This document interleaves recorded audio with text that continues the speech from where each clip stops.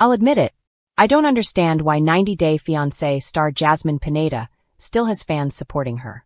90 Day. The Last Resort star Jasmine Pineda has some fans convinced Gino Palazzolo is the villain in her storyline when she has been the one spinning a false narrative from day one. Jasmine and Gino's marriage won't be saved by therapy, since Jasmine has already moved on with a new man named Matt Brownies. My jaw dropped when I read some rumors about how Jasmine is currently pregnant with Matt's baby.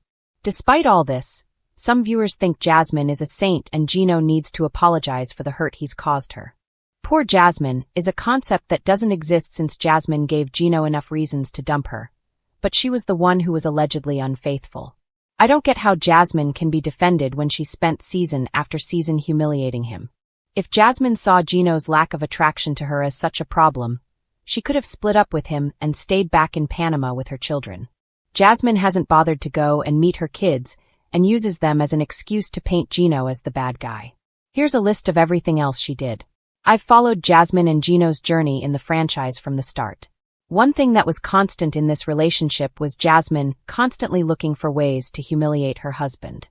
Gino comes across as a shy and awkward introvert, and Jasmine likes that. She's never let an opportunity pass to manipulate Gino and make him believe that she left everything for him while shaming him for things he did in his past. Jasmine made Gino feel like a victim. Gino was always walking on eggshells around her, fearful of how he might upset her next.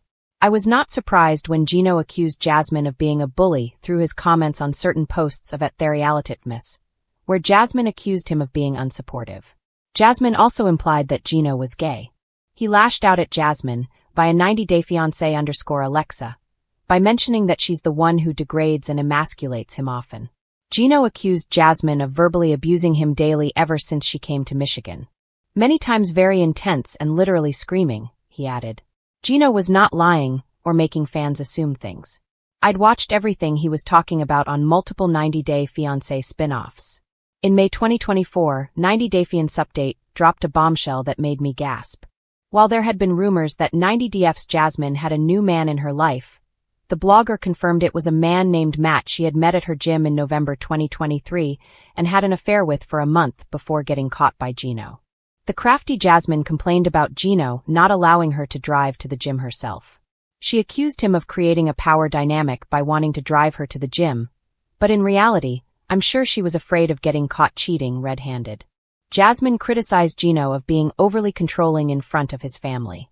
She made Gino look like a bad guy not only to us fans, but also to his own family. Gino's family was his strength. Jasmine had created a scene when Gino prioritized his family over her on before the 90 Days Season 6. However, she's been successful in somehow making Gino's family take her side. In January 2025, Michelle Palazzolo confronted Gino on Instagram, telling him she was kinda sick, via 90 Day Fiancé _Alexa, of reading Gino's comments calling out Jasmine when he was to blame for their split. I can never forget the way Jasmine threw tantrums on the first day of meeting Gino in Panama, when she realized his Christmas gift for her was an electric toothbrush. Jasmine cried about how Gino had taken his ex to Legoland.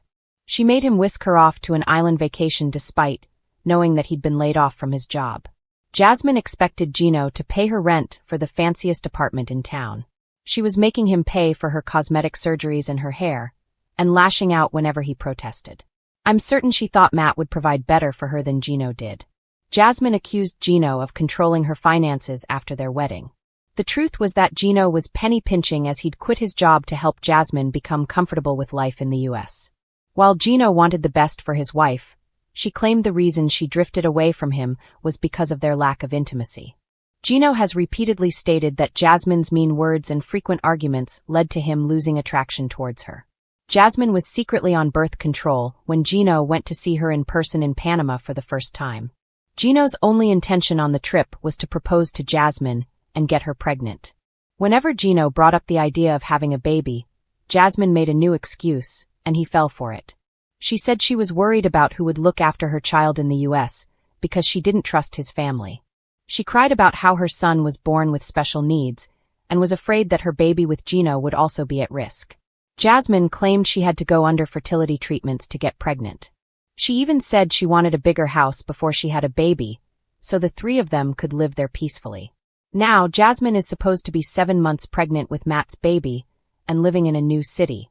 I wonder how none of the excuses she gave to Gino when he asked for a baby did not apply to Matt. Did she not want to get tied down to Gino for the rest of her life by having a baby with him? Gino has suffered a great deal in his relationship with Jasmine. I think it's a good thing Jasmine is no longer a part of Gino's life. Jasmine tried to spin the narrative that Gino was not sexually capable of pleasuring her from the start. She had planned it all along so she could use it as an excuse to leave him. She even visited a doctor in Panama to get hymen reconstruction surgery to suggest she was getting it for Gino. She accused him of being addicted to adult content. The last straw was her claiming he was gay. I've seen the sugar baby. Gino sent the topless pics of Jasmine to defend herself by saying she never sent the pictures to Jasmine's workplace to get the 90-day. The last resort star fired. In fact, it was Jasmine who spoke rudely to the woman when she texted Jasmine to tell her about Gino's antics. Gino had recently confirmed Jasmine had lost her job before 90-day Fiancé. Before the 90 days premiered due to her not getting along with her boss. Jasmine used her not having a job as an excuse to live off Gino's money. I'll be honest, after watching season after season of 90-day Fiancé and every spin-off imaginable, I thought I had a handle on Jasmine Pineda. She's bold, she's fiery, and she wears her emotions like a neon sign flashing drama ahead.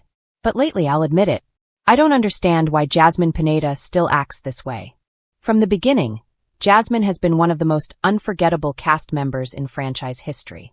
The Panamanian beauty came in with her explosive temper, her passionate declarations of love for Gino Palazzolo, and her ability to turn even the simplest conversation into a full-blown telenovela.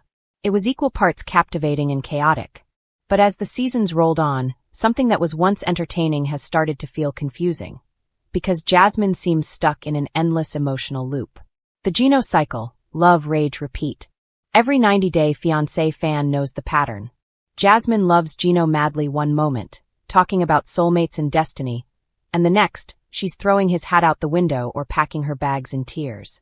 Their relationship has become a carousel of accusations, makeups, and breakups.